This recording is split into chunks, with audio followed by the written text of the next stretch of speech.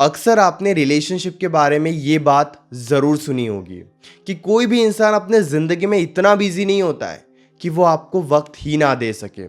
जो आपसे प्यार करता है, जो आपको ज़रूरी मानता है, वो इंसान आपको ज़रूर वक्त भी देता है। लेकिन कई बार हमारे तरफ से ही कुछ ऐसी गलतियां होती हैं जिस वजह से पार्टनर आपको वक्त नहीं देता है। आप ही कुछ ऐसी गलतियां करते हो या फिर आपकी ही बिहेवियर में कुछ ऐसे चेंजेस होते हैं जिस वजह से पार्टनर आपके पास आने के बारे में सोचता ही नहीं है। आपके बारे में सोचकर वो इरिटेट होने लगता है। आज के इस वीडियो में 4 बातें मैं आपको बताऊंगा। अगर आप उन चारों बातों को बहुत ध्यान से फॉलो करते हो, ट्रस्ट मी, पार्टनर चाहे अपने ज़िंदगी में कितना ही बिजी क्यों ना हो, लेकिन वो फिर भी आपको वक्त देगा। नमस्कार दोस्तों, मैं हूँ श्रावण और आप देख रहे हो स्काइल। सबसे ज़्यादा ज़रूरी और सबसे पहली बात है, शिकायतें मत करो। जी हाँ, जाने अनजाने में हमारा एक बिहेवियर बन जाता है। पार्टनर जिस भी काम में बिजी है या फिर पार्टनर जहाँ पर भी खुश है, हम उन्हें यही शो करते हैं कि उन बातों से, उन कामों से हमें प्रॉब्लम है और हम शिकायत करना स्टार्ट कर देते हैं। अब इसमें आपकी भी कोई गलती नहीं है। जब हम ये देखते हैं कि पार्टनर तो दोस्तों के साथ बहुत खुश है, फैमिली के साथ बहुत खुश है, घूम रहा है, अपने ज़िंदगी में सब कुछ काम कर रहा है, तो हमें तो यही लगता है कि वो बस हमारे साथ खुश नहीं है। उनके लिए दोस्त ज़्यादा ज़रूरी है, उनका करियर ज़्यादा ज़रूरी है, काम ज़्यादा ज़रूरी है, लेकिन रिलेशनशिप ज़रूरी नहीं है। और यही बात हम उन्हें समझाने की कोशिश करते हैं शिकायतें कर करके। हम उन्हें शिकायतें करते रहते हैं, उनके काम से रिलेटेड, करियर से रिलेटेड, दोस्तों से रिलेटेड। लेकिन यही शिकायत करने के वजह से वो आपसे इरिटेट होकर, आपसे परेशान होकर और ज़्यादा दूर होने लगते हैं। अब हम शिकायतें क्यों करते हैं? ताकि वो हमें इम्पोर्टेंस दे, ताकि उनका ध्यान हमारे ऊपर आए, ताकि वो दोस्तों के साथ अगर खुश है तो वो हमारे साथ भी खुश रहे। लेकिन कभी भी आप ये बात याद रखना, शिकायत करने से सिचुएशन ठीक नहीं होती है। आपको इस बारे में बहुत क्लियर होना है कि कभी भी आप उन्हें ये शो नहीं करोगे कि उनकी ज़िंदगी में जो भी चल रहा है, अगर वो उनके लिए सही है, करियर के लिए सही है, उनके लाइफ के लिए सही है, तो आप शिकायत नहीं करोगे। आपको फिर क्या करना चाहिए? यहाँ पे आप दूसरी बात को समझने की कोशिश कीजिए, वो ये है उन्हें उस रिलेटेड सपोर्ट करना। बहुत सिंपल सी साइकोलॉजी है। उनके ज़िंदगी में जो भी काम चल रहा है, वो जहाँ पर भी बिजी है, कोशिश करो उसी बारे में डिस्कस करने की।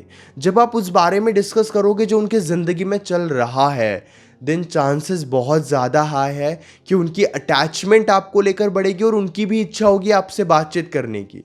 अब कई लोगों के मन में ये सवाल आता है कि हम तो डिस्कस करने के लिए तैयार है और हम डिस्कस करने की कोशिश करेंगे भी, लेकिन पार्टनर डिस्कस ही नहीं करता है। पार्टनर हमें कुछ बताता ही नहीं है, बातें छुपाता है, थोड़ी सी बात करके दूर हो जाता है। तो यहाँ पर भी आपको शिकायत नहीं करनी है। ऐसा नहीं कि आपने एक दो बार कोशिश की, बातचीत नहीं हुई, कुछ बता नहीं रहे तो आपने फिर से शिकायत करना शुरू कर दिया। ऐसा नहीं है, आपको वक्त लगेगा। अभी तो कहीं ना कहीं उन्हें यही लगता होगा कि आप तो बस इरिटेट करते रहते हो, आप तो बस परेशान करते रहते हो। लेकिन जब आप अपने बिहेवियर को चेंज करके ये जानने की कोशिश करोगे कि उनकी ज़िंदगी में क्या चल रहा है, तो उनका कंफर्ट जोन बढ़ेगा। लेकिन ये कंफर्ट जोन एक दिन में तो नहीं बढ़ेगा। वो एक दिन में तो आपके साथ कंफर्टेबल नहीं हो जाएंगे। ऐसा नहीं कि कल तक आप शिकायत कर रहे थे, आज आपने शिकायत करना बंद कर दी, अब उनका बिहेवियर बदल गया। ऐसे नहीं होगा। धीरे धीरे आपको उन्हें ये महसूस कराना होगा कि जो भी उनकी ज़िंदगी में चल रहा है वो आपके लिए ज़्यादा ज़रूरी है, वो आपके लिए भी ज़रूरी है। आप भी उनके बारे में सोचते हो, आप भी उनके काम के बारे में जानना चाहते हो। लेकिन इसमें और एक छोटी सी गलती हम करते हैं, हमेशा खुद से ही पूछते रहना। आपको जितना वक्त मिल रहा है, पहले तो आप उस वक्त में ही जानने की कोशिश करो कि उनकी ज़िंदगी में क्या चल रहा है। आगे से बहुत ज़्यादा कोशिश नहीं करनी है ये जानने की कि उनकी ज़िंदगी में क्या चल रहा है। इन दोनों बातों में बहुत ज़्यादा डिफरेंस है। ऐसा नहीं है कि आप खुद से कॉल करके पूछ रहे हो, खुद से मैसेजेस करके पूछ रहे हो कि बताओ आपकी ज़िंदगी में क्या चल रहा है, बताओ आप अभी क्या कर रहे थे। अगर आप ये करते हो तो भी प्रॉब्लम है। इसीलिए मैंने कहा है जितना वक्त मिल रहा है पहले आप उस बारे में खुद से डिस्कस करो। ज़्यादा वक्त की डिमांड मत करो। शिकायत नहीं करनी है, डिमांड नहीं करनी है। अगर वो अपनी ज़िंदगी के बारे में कुछ बताते नहीं भी है तो एकदम से भी जानने की कोशिश नहीं करनी है। 10-12 दिन का वक्त लगता है धीरे धीरे कंफर्ट जोन बनने में, एक दिन में कंफर्ट जोन नहीं बनता है। यहाँ पे ना और एक बात ज़रूरी है, तीसरी बात, अपने आप को उनके सामने फ्री मत दिखाओ। आप ये मत शो करो कि आपकी ज़िंदगी में कुछ भी ज़रूरी नहीं है। अगर आप पार्टनर की अटैचमेंट बढ़ाना चाहते हो तो आपको भी अपने लाइफ में ये शो करना होगा कि आपकी भी ज़िंदगी में बहुत सारे ऐसे काम हैं जिसमें आप बिजी रहते हो, बहुत सारे ऐसे लोग हैं जिनके साथ आप खुश रहते हो। जब आप अपने आप को ऐसा बना लेते हो कि चलो ठीक है, आप उनके लाइफ के बारे में भी जानने की कोशिश कर रहे हो, आप अपने लाइफ के ऊपर भी ध्यान दे रहे हो, आपका ध्यान अपनी ज़िंदगी के ऊपर भी है। अब आप यहाँ पे और एक बात सोच रहे होंगे कि हमें ना इंटरेस्ट ही नहीं है ये जानने का कि उनकी ज़िंदगी में क्या चल रहा है, हमारी इच्छा ही नहीं होती है, वो जो काम करते हैं वो काम बहुत बोरिंग है, इसीलिए हम उस बारे में ज़्यादा डिस्कस नहीं करते हैं। लेकिन कई बार पार्टनर की अटैचमेंट बढ़ाने के लिए आपको डिस्कस करना चाहिए। मैं जानता हूँ कि उनका करियर अलग हो सकता है, उनके दोस्त काफ़ी अलग हो सकते हैं जिनके बारे में आप डिस्कस करना पसंद नहीं करते हो, लेकिन आपको करना पड़ेगा कुछ दिनों तक ताकि उनकी अटैचमेंट बढ़े। और इसी के साथ साथ आपको भी अपने ज़िंदगी पर ध्यान देना होगा और बहुत सही तरीके से ध्यान देना होगा। आप ये देखो कि आप करियर के लिए क्या कर रहे हो, आप उस काम में कितना बिजी हो, पार्टनर की नज़रों में आपकी इमेज अभी क्या बनी है। पार्टनर को क्या लगता है कि आप सारा दिन फ्री बैठे रहते हो, सारा दिन आप बस टाइम पास करते हो, आपकी ज़िंदगी में कुछ ज़रूरी है ही नहीं। पार्टनर को क्या लगता है कि आप दूसरों के साथ खुश हो भी या फिर नहीं।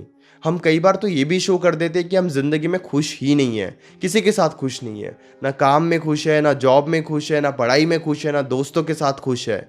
जब आप ये बिहेवियर बनाकर रखोगे पार्टनर के सामने, तब भी चांसेस है कि पार्टनर आपको वक्त देने के बारे में सोचेगा ही नहीं। तो अपनी लाइफ को समझने के लिए सबसे पहले तो ये देखो कि पार्टनर के नज़रों में आपकी इमेज कैसी है, पार्टनर के नज़रों में आप कैसे हो।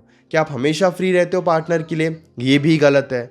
जब समझदारी के साथ आप पार्टनर को ये महसूस कराते हो कि आपकी ज़िंदगी में भी काम है और आप अपनी ज़िंदगी पर भी ध्यान दे रहे हो, आप अपने लाइफ के ऊपर भी आपका फोकस है, तब आप महसूस करोगे कि वो और ज़्यादा इन्वॉल्व होते हैं आपकी ज़िंदगी में ये जानने के लिए कि आप कर क्या रहे हो।